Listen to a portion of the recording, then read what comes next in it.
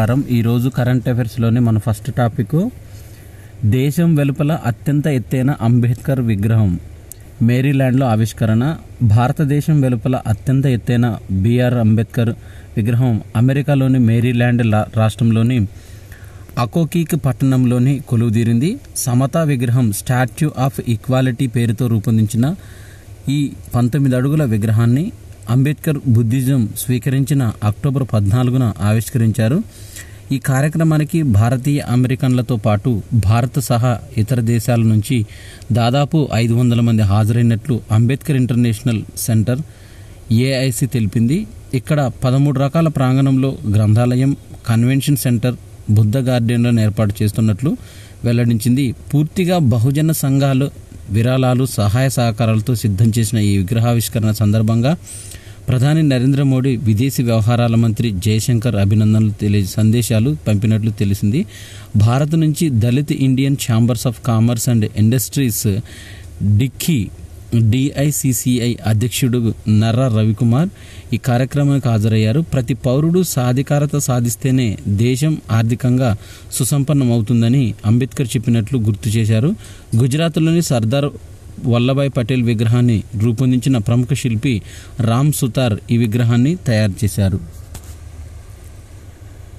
వియత్నాంలోని బాక్నిహ్ province international friendship పార్కులో రవీంద్రనాథ్ ఠాగూర్ విగ్రహాన్ని ఆవిష్కరించిన కార్యక్రమంలో పాల్గొన్న విదేశీ వ్యవహారాల శాఖ మంత్రి జయశంకర్ సరిహద్దుల్లో నిఘా వ్యవస్థను పటిష్టం చేసేందుకు భారత ప్రభుత్వం చర్యలకు దిగింది. విదేశాల నుంచి రేడియో ధార్మిక పదార్థాల అక్రమ రవాణాను అడ్డుకునేందుకు సరిహద్దులో చెక్పోస్టులో రేడియేషన్ డిటెక్షన్ పరికరాల ఆర్డీఈలను ఏర్పాటు చేయనుంది. పాకిస్తాన్, బంగ్లాదేశ్, మయన్మార్, నేపాల్తో సరిహద్దుల్లో ఉన్న 8 చోట్ల ఈ వ్యవస్థను అందుబాటులోకి తీసుకొచ్చింది. వీటి ఏర్పాటుకు ఇప్పటికే ఒప్పందం కుదుర్చుకుంది. దేశ రాజధానిలో వాతావరణం ఒక్కసారిగా మారిపోయింది. ఒక్క రోజులో గాలి నాణ్యత సూచి పడిపోయింది. పక్క రాష్ట్రాల్లో వ్యర్థాలను తగులబెడుతుండటంతో దీనికి కారణం. ఆదివారం ఢిల్లీలోని డిటియులో ఎయిర్ క్వాలిటీ ఇండెక్స్ 414గా నమోదు కావడంతో ఆందోళనలు వ్యక్తమవుతున్నాయి. సెంట్రల్ పొల్యూషన్ కంట్రోల్ బోర్డు ప్రకారం మూన్కాలో ఇండెక్స్ 395కి చేరింది. శనివారంతో పోలిస్తే 5 రెట్లు ఎక్కువగా నమోదైనట్టు ఈ సందర్భంగా ఢిల్లీలో భారీగా కాలుష్యం పెరుగుతుందంటూ ఈ నివేదిక తెలిపారు. విద్యార్థుల కోసం ప్రతి పాఠశాల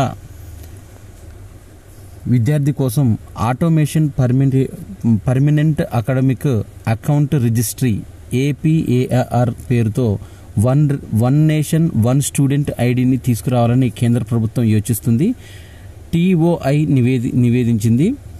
ఏపీఏఆర్ అపార్ ఐడి విద్యార్థుల స్టడీ జర్నీ, వారు సాధించిన విజయాలను ట్రాక్ చేసేందుకు జీవితకాల గుర్తింపు ఐడిగా పరిగణింపబడుతుందంటూ తెలిపారు. మన అంతరిక్ష పరిజ్ఞానాన్ని అమెరికా అడిగిందంటూ ఇస్రో చీఫ్ సోమనాథ్ వెల్లడించారు. చంద్రయాన్-3 వ్యోమనౌక అభివృద్ధి చెందిన తర్వాత కార్యకలాపాలను పరిశీలించిన అమెరికా అంతరిక్ష నిపుణులు సంబంధిత సాంకేతికతను తమతో పంచుకోవాలని కోరినట్లు భారత అంతరిక్ష పరిశోధన సంస్థ ఇస్రో చైర్మన్ ఎస్ సోమనాథ్ తెలిపారు. కాలం మారిందని, భారత్ సైతం అత్యున్నత పరికరాలు, రాకెట్లను తయారు చేయగలదని, అందుకే ప్రధానమంత్రి నరేంద్ర మోడీ భారత అంతరిక్ష రంగంలో ప్రైవేటుకు ద్వారాలు తెరిచారని చెప్పారు. మాజీ రాష్ట్రపతి అబ్దుల్ కలాం జయంతి సందర్భంగా అక్టోబర్ 15న కలాం ఫౌండేషన్ ఆధ్వర్యంలో నిర్వహించిన ఒక కార్యక్రమంలో విద్యార్థులను ఉద్దేశించి సోమనాథ్ ప్రసంగించారు. మనది చాలా శక్తివంతమైన దేశం. మన విజ్ఞానం, మేధస్సు ప్రపంచంలో అత్యుత్తమం. చంద్రుడిపై ల్యాండింగ్కు ఉద్దేశించిన చంద్రయాన్-3 వ్యోమనౌకను రూపొందించిన అనంతరం నాసాకు చెందిన జెట్ ప్రొపల్షన్ ల్యాబొరేటరీ జేపీఎల్ నిపుణులను ఆహ్వానించారు. వారికి చంద్రయాన్-3 గురించి వివరించారు. దీని రూపకల్పనకు ఇంజనీర్లు ఏ విధంగా కష్టపడ్డారు, చంద్రుడిపై ఏ విధంగా ల్యాండ్ చేయనున్నాం తదితర విషయాలను చెప్పారు. అంతా సాఫీగా జరుగుతుందంటూ వారు సమాధానం ఇచ్చారు. మన శాస్త్రీయ పరికరాలను పరిశీలించి అవి చాలా తక్కువ ఖర్చుతో నిర్మాణానికి సులభంగా అత్యాధునిక సాంకేతికతతో ఉన్నాయని, వాటిని ఎలా రూపొందించారు, ఈ సాంకేతికతను అమెరికాతో ఎందుకు పంచుకోకూడదని అడిగారు. సోమనాథ్ గుప్తా గుర్తు చేశారు. ప్రైవేట్ రాకెట్లు అంతరిక్ష సాంకేతికతతో భారత్ను మరింత శక్తివంతం చేసే దిశగా రాకెట్లు, ఉపగ్రహాల తయారీకి ముందుకు రావాల్సిందిగా ప్రజలను ఆహ్వానిస్తున్నాం. హైదరాబాద్లోని స్కై రూట్ సంస్థ, చెన్నైలోని అగ్నికుల్ సంస్థలు రాకెట్లను నిర్మిస్తున్నారు. ఇలా దేశంలో 5 కంపెనీలకు సంబంధించిన రాకెట్లు, ఉపగ్రహాలను తయారు చేస్తున్నారు అంటూ ఇస్రో చీఫ్ సోమనాథ్ వెల్లడించారు. గుజరాత్లో త్వరలో నిర్వహించే రణ్ ఉత్సవంలో పాల్గొనాలని ప్రముఖ నటుడు అమితాబ్ బచ్చన్ను ప్రధానమంత్రి నరేంద్ర మోడీ కోరారు. ఉత్తరాఖండ్లోని పార్వతీకుండ్ వద్దనున్న శివపార్వతి ఆలయంలో ప్రధాని మోదీ ఇటీవల పూజలు చేయగా వాటికి సంబంధించిన ఫోటోలను అమితాబ్ ఆదివారం ఎక్స్ ట్విట్టర్లో పోస్ట్ చేశారు. ఆ ప్రాంతాలను ఇప్పటివరకు తాను సందర్శించలేకపోయినట్టు పేర్కొన్నారు. దానిపైన మోదీ స్పందిస్తూ ఆ పర్యటన తనను మంత్రముగ్ధుని చేసిందంటూ పేర్కొన్నారు. కచ్లో రానున్న వారాల్లో జరిగే రణ్ ఉత్సవంతో పాటు ఐక్యతా విగ్రహాన్ని కూడా సందర్శించాలని అమితాబ్ను కోరారు. అక్టోబర్ 15 మాజీ రాష్ట్రపతి అబ్దుల్ కలాం జయంతి సందర్భంగా ఆదివారం ప్రధాని నరేంద్ర మోదీ ఆయనకు నివాళులర్పించారు. దేశ నిర్మాణంలో కలాం చేసిన కృషి సాటిలేనిదని, జాతి ఎల్లప్పుడూ ఆయన్ను గౌరవంతో స్మరించుకుంటుందని పేర్కొన్నారు. తన వినయపూర్వక ప్రవర్తన, శాస్త్రీయ ప్రతిభ కారణంగా దేశ ప్రజలు ఆయన్ని ప్రేమిస్తున్నారంటూ ఎక్స్ ట్విట్టర్లో మోదీ పోస్ట్ చేశారు. ఆపరేషన్ అజయ్ పేరిట చేపట్టిన ఈ కార్యక్రమంలో ఇజ్రాయెల్ నుంచి భారతీయుల్ని స్వదేశానికి తరలించడంలో భాగంగా ఆదివారం మరొక 471 మందిని ఢిల్లీకి తీసుకొచ్చారు. ఒక విమానంలో 197 మంది, రెండో దానిలో 274 మంది టెల్ అవీవ్ నుంచి వచ్చారు. ఆఫ్ఘనిస్తాన్లో ఆదివారం మరో భూకంపం కుదిపేసింది. అక్టోబర్ 7న ఆఫ్ఘనిస్తాన్ పశ్చిమ ప్రాంతంలో 2000 మందికి పైగా ప్రజలు ప్రాణాలు బలిగొని పలు గ్రామాలను నేలమట్టం చేసిన తీవ్ర భూకంపం నుంచి జనం ఇంకా కోలుకోనేలేదు. ఆ తర్వాత 11న మరోసారి 6.3 తీవ్రతతో రెక్టర్ స్కేల్పై నమోదైంది. ఇక్కడ భూకంపం వచ్చింది. దీని దెబ్బకు వందల సంఖ్యలో ఇళ్లు నేలమట్టమయ్యాయి. మళ్లీ అదే ప్రాంతంలో ఆదివారం 6.3 తీవ్రతతో ఇంకో భూకంపం హడలెత్తించింది. ఈ భూకంప దాటికి 4 వ్యక్తులు మృతి చెందగా 153 మంది గాయపడ్డారు. భారతదేశ రాజధాని ఢిల్లీతో పాటు పరిసర ప్రాంతాల్లో కూడా మరోసారి ఈ ప్రకంపనలు వచ్చాయి. అక్టోబర్ 3న ఇలాగే తీవ్ర భూకంపనలు రాగా తాజాగా ఆదివారం ఢిల్లీ ఎన్సీఆర్ ప్రాంతంలో భూమి కంపించడంతో ఆందోళన కలిగింది. మధ్యాహ్న సమయంలో కొద్దిసేపు భూమి బలంగా కంపించడంతో ప్రజలు భయాందోళనకు గురై ఇళ్ల నుంచి బయటకు పరుగులు తీసిన వీడియో పలువురు సామాజిక మాధ్యమాల్లో పెడుతున్నారు. కేంద్ర ఎన్నికల సంఘం మాజీ ప్రధాన కమిషనర్ మనోహర్ సింగ్ గిల్ 86 సంవత్సరాల వయసులో ఢిల్లీలోని ఓ ఆసుపత్రిలో చికిత్స పొందుతూ ఆదివారం కన్నుమూశారు. సోమవారం ఢిల్లీలోనే ఆయన అంత్యక్రియలు జరుగుతాయని సన్నిహిత వర్గాలు తెలిపాయి. 1996 నుంచి 2001 జూన్ మధ్య ఈయన ప్రధాన ఎన్నికల కమిషనర్ సిఈసిగా పనిచేశారు. చీఫ్ ఎలక్షన్ కమిషనర్గా పనిచేశాక రాజకీయ రంగం ప్రవేశం చేసిన తొలి వ్యక్తిగా గిల్ను చెప్పుకోవచ్చు. కాంగ్రెస్ తరపున రాజ్యసభలో అడుగుపెట్టిన ఆయన 2008 నాటి యూపీఏ ప్రభుత్వంలో కేంద్ర క్రీడల మంత్రిగా పనిచేశారు. 2000 సంవత్సరంలో భారత ప్రభుత్వం ఎంఎస్ గిల్ గారిని పద్మ విభూషణ్ పురస్కారంతో సత్కరించింది. గిల్కు భార్య, 3 కుమార్తెలు ఉన్నారు. గిల్కు పద్మ విభూషణ్ వచ్చిన సంవత్సరం 2000 సంవత్సరం. ఇక సైన్స్ అండ్ టెక్నాలజీకి సంబంధించిన అంశాలు. ఉష్ణోగ్రతలు మరో 2 డిగ్రీలు పెరిగితే గుండెపోటు వచ్చే సూచన ఉందంటూ తెలిపారు. ప్రపంచ ఉష్ణోగ్రతలు ప్రస్తుతం కంటే 2 డిగ్రీల సెల్సియస్ పెరిగితే ఉత్తర భారత్ సహా తూర్పు పాకిస్తాన్లోని ప్రజలు తీవ్ర పరిణామాలను ఎదుర్కోవాల్సి ఉంటుందని ఓ నివేదిక వెల్లడించింది. దీనివల్ల దాదాపు 220 కోట్ల మంది ప్రజలు అతి తీవ్ర వేడిని ఎదుర్కొనే అవకాశం ఉందని చెప్పారు. ఈ నివేదికను తయారు చేసింది proceedings of national academy of sciences. ఈ నివేదికను ప్రచురించింది. ఈ అతి తీవ్రత వేడి వల్ల మానవునిలో వడదెబ్బ, గుండెపోటుతో పాటు అనేక అనారోగ్య సమస్యలు తలెత్తే అవకాశం ఉందని హెచ్చరించింది. ప్రస్తుతం పోలిస్తే ప్రపంచ ఉష్ణోగ్రతల్లో 1 డిగ్రీ సెల్సియస్ మేర పెరిగిన ఏటా 100 కోట్ల మంది తీవ్ర వేడి గాలుల్లో అధిక తేమతో కూడిన వాతావరణాన్ని ఎదుర్కోవాల్సి ఉంటుందని ఈ నివేదిక పేర్కొంది. ఫలితంగా వారు సిద్ధంగా తమ శరీరాన్ని చల్లబరుచుకోలేరని పరిస్థితి తలెత్తుతుందని వివరించింది. పక్షవాతంతో పాటు ఏటా సంభవించే మరణాల సంఖ్య 2050 నాటికి దాదాపుగా 1 కోటికి చేరుతుందని ప్రముఖ వైద్య పరిశోధన సంస్థ ద లాన్సెట్ నివేదిక అంచనా వేసింది. సరైన జాగ్రత్తలు తీసుకోకపోతే దీనికోసం ఏడాదికి $2.3 లక్షల కోట్ల ఖర్చవుతాయని వెల్లడించింది.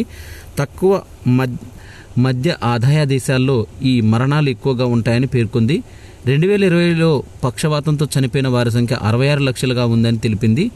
గత 30 ఏళ్లలో పక్షవాతంతో మరణించే వైకల్యాన బారిన పడే వ్యక్తుల సంఖ్య రెట్టింపైంది. ఈ నివేదికలో వివరించింది. 2020 తర్వాత మరణాలు అత్యధికంగా ఆసియాలో 61% ఉండగా 2050 నాటికి 69% పెరుగుతాయని చెప్పింది.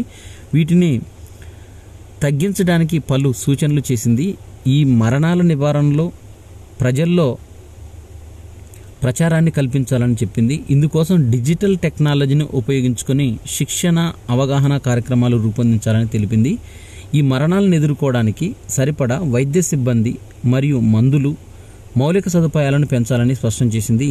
సరైన జాగ్రత్తలు, చికిత్స తీసుకుంటే పక్షవాత బాధితుల్లో అకాల మరణాలను తగ్గించవచ్చని ఈ లాన్సెట్ నివేదిక తెలిపింది.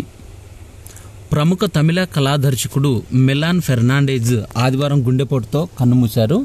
సినీ విశ్లేషకుడు మనోబాల విజయబాలన్ సమాచారం ప్రకారం అజర్బైజాన్ దేశంలో ప్రత్యేకంగా వేసిన విదాము యార్చి చిత్ర సెట్లో చిత్రీకరణ ప్రారంభం అవుతుండగా ఫెర్నాండెజ్ తీవ్ర అస్వస్థతకు గురయ్యారు. ఛాతీలో నొప్పితో విలవిల్లాడాడు.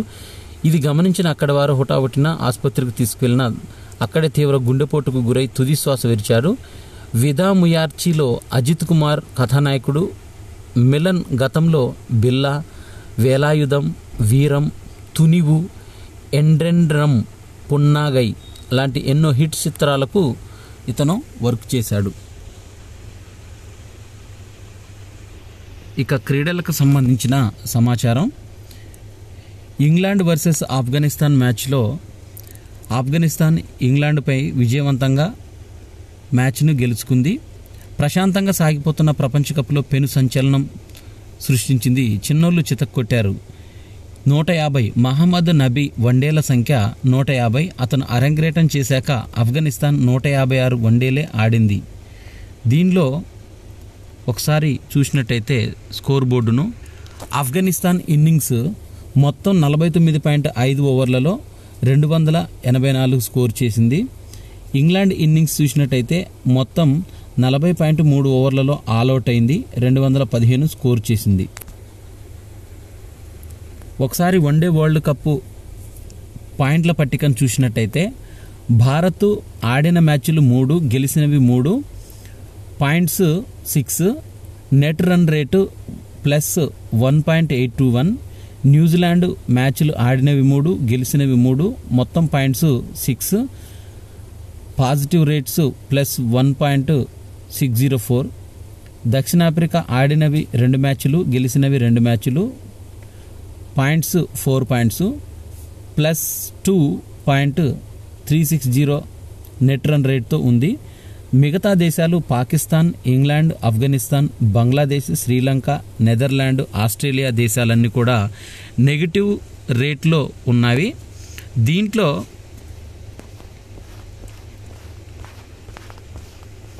ఈ నెగిటివ్ రన్ రేట్లో దాదాపుగా 7 కంట్రీస్ నెగిటివ్ రన్ రేట్లో కొనసాగుతున్నాయి. రన్నరప్గా బోపన్న జోడీ. ఈ ఏడాదిలో 3వ డబుల్స్ టైటిల్ను సాధించాలని ఆశించిన Rohan Bopanna, Bharat Matthew Ebden Australia జోడీ నిరాశ ఎదురైంది. ఆదివారం జరిగిన Shanghai open masters series 1000 tennis టోర్నీలో బోపన్న, ఎబ్డెన్ ద్వయం రన్నరప్గా నిలిచింది. హోరాహోరీగా సాగిన ఫైనల్లో బోపన్న, ఎబ్డెన్ జంట 7-5, 2-6, 7-10తో గ్రానోలెన్స్ స్పెయిన్, జబలాస్ అర్జెంటీనా ద్వయం చేతిలో ఓడిపోయారు. రన్నరప్గా నిలిచిన బోపన్న, ఎబ్డెన్లకు $2,31,660 అంటే సుమారుగా $1,93,00,000 ప్రైజ్ మనీతో పాటు 600 ర్యాంకింగ్ పాయింట్స్. టైటిల్ నెగ్గిన గ్రానోలెర్స్ జబలాస్లకు $4,36,730 అంటే సుమారుగా $3,64,00,000 ప్రైజ్ మనీతో పాటు 1000 ర్యాంకింగ్ పాయింట్స్ను లభించాయి. తాజాగా ఫలితంతో బోపన్న ఎబ్డెన్ జోడీ టెన్నిస్ సీజన్ ముగింపు టోర్నీలో ఏటీపీ ఫైనల్స్కు వీరు అర్హత సాధించారు. దేశవాళీ T20 క్రికెట్ టోర్నమెంటు సయ్యద్ ముఖ్తాల్ ఆఫీ ట్రోఫీ సయ్యద్ ముస్తాక్ అలీ ట్రోఫీ నేడు మొదలవుతుంది. 22 రోజుల పాటు జరిగే ఈ టోర్నీలో మొత్తం 38 జట్ల మధ్య 135 మ్యాచ్లు జరుగుతాయి. 38 జట్లను 5 గ్రూపులుగా విభజించారు. గ్రూప్ ఏలో హైదరాబాద్, డిఫెండింగ్ ఛాంపియన్ ముంబై, బరోడా, హర్యానా, ఛత్తీస్గఢ్, జమ్మూ కాశ్మీర్, మిజోరాం, మేఘాలయాలు ఉన్నాయి. గ్రూప్ సిలో ఆంధ్ర, రైల్వేస్, సౌరాష్ట్ర, అరుణాచల్ ప్రదేశ్, గోవా, గుజరాత్, మణిపూర్, పంజాబ్ జట్లకు చోటు కల్పించారు. అక్టోబర్ 27 వరకు గ్రూప్ లీగ్ మ్యాచ్లు జరుగుతాయి. లీగ్ మ్యాచ్లు పూర్తయ్యాక 5 గ్రూపుల్లో తొలి 2 స్థానాల్లో నిలిచిన 10 జట్లు నాకౌట్ దశకు అర్హత సాధిస్తాయి. నేడు జరిగే తొలి లీగ్ మ్యాచ్ల్లో తిలక్ వర్మ సారథ్యంలో హైదరాబాద్ జట్టు మేఘాలయతో, కోనశ్రీకర్ భరత్ నాయకత్వంలో ఆంధ్ర జట్టు గోవాతో తలపడుతున్నాయి. ఈ టోర్నీలో మ్యాచ్లను జియో సినిమా యాప్లలో, స్టోర్స్లలో 18K ఛానల్స్లో ప్రత్యక్ష ప్రసారం చేస్తున్నారు.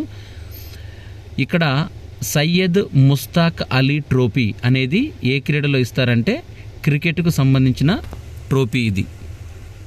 జాతీయ ఛాంపియన్షిప్స్లో శిల్ప స్వర్ణ పతకాన్ని కైవసం చేసుకుంది. బెంగళూరు వేదికగా జరిగిన ఈ పోటీల్లో మహిళల మాస్టర్ 1 కేటగిరీలో బరిలోకి దిగిన శిల్ప డెడ్ లిస్టిక్లో 105 కేజీల బరువెత్తి అగ్రస్థానంలో నిలిచింది. అండర్ 90 విభాగంలో శిల్ప పసిడి గెలుచుకోగా 100 కేజీల బరువెత్తిన ఇందు రజత పతకం చేజిక్కించుకుంది. ఇతర పోటీల్లో అండర్ 70 కేటగిరీలో మన రాష్ట్రానికి చెందిన అర్షియా 125 కేజీలు, సౌమ్య 115 కేజీలు వరుసగా స్వర్ణ, రజత పతకాలు తమ ఖాతాల్లో వేసుకున్నారు. ఈ పోటీలను జాతీయ ఛాంపియన్షిప్లను నిర్వహించేది వరల్డ్ పవర్ లిఫ్టింగ్ కాంగ్రెస్ ఆధ్వర్యంలో నిర్వహించారు ఈ పోటీలను. ఇవి అక్టోబర్ 16కు సంబంధించిన కరెంట్ అఫైర్స్. ఈ వీడియో నచ్చినట్టయితే లైక్ చేయండి. కాంపిటేటివ్ ఎగ్జామ్కి ప్రిపేర్ అయ్యే విద్యార్థులకు షేర్ చేయండి. Thanks for watching this video.